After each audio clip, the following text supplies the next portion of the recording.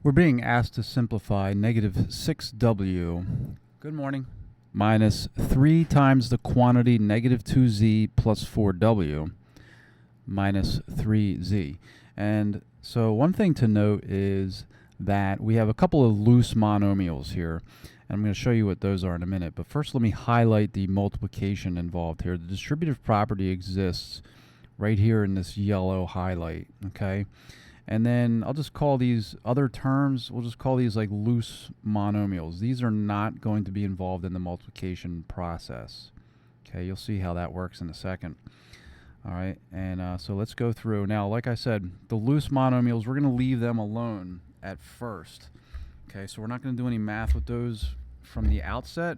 So I'm just going to rewrite the negative 6w. Okay, but then I'm going to multiply. Going to multiply that negative 3 times negative 2z. All right, we'll start off with that. So when you multiply two negatives, of course, that's positive. So I'm going to get a positive 6z. All right, and now continue with the distributive property. That's going to be negative 3 now times positive 4w, which is a negative result. All right, and negative 3 times 4, of course, is negative 12. So that's going to be negative 12w, and then I still have this one loose monomial. Just rewrite that. So you're always just going to rewrite those loose monomials. Okay. So now I have 4 terms after this distributive property. You can see I have 4 terms, and 2 of them, actually I have 2 sets of like terms. As you can see, I have negative 6w. That's a like term with negative 12w. They have the same variable part raised to the same exponent.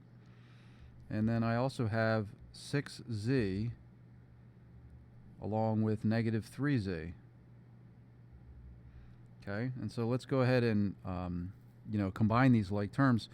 We can start off with negative 6w and negative 12w together. That's going to be negative 18w.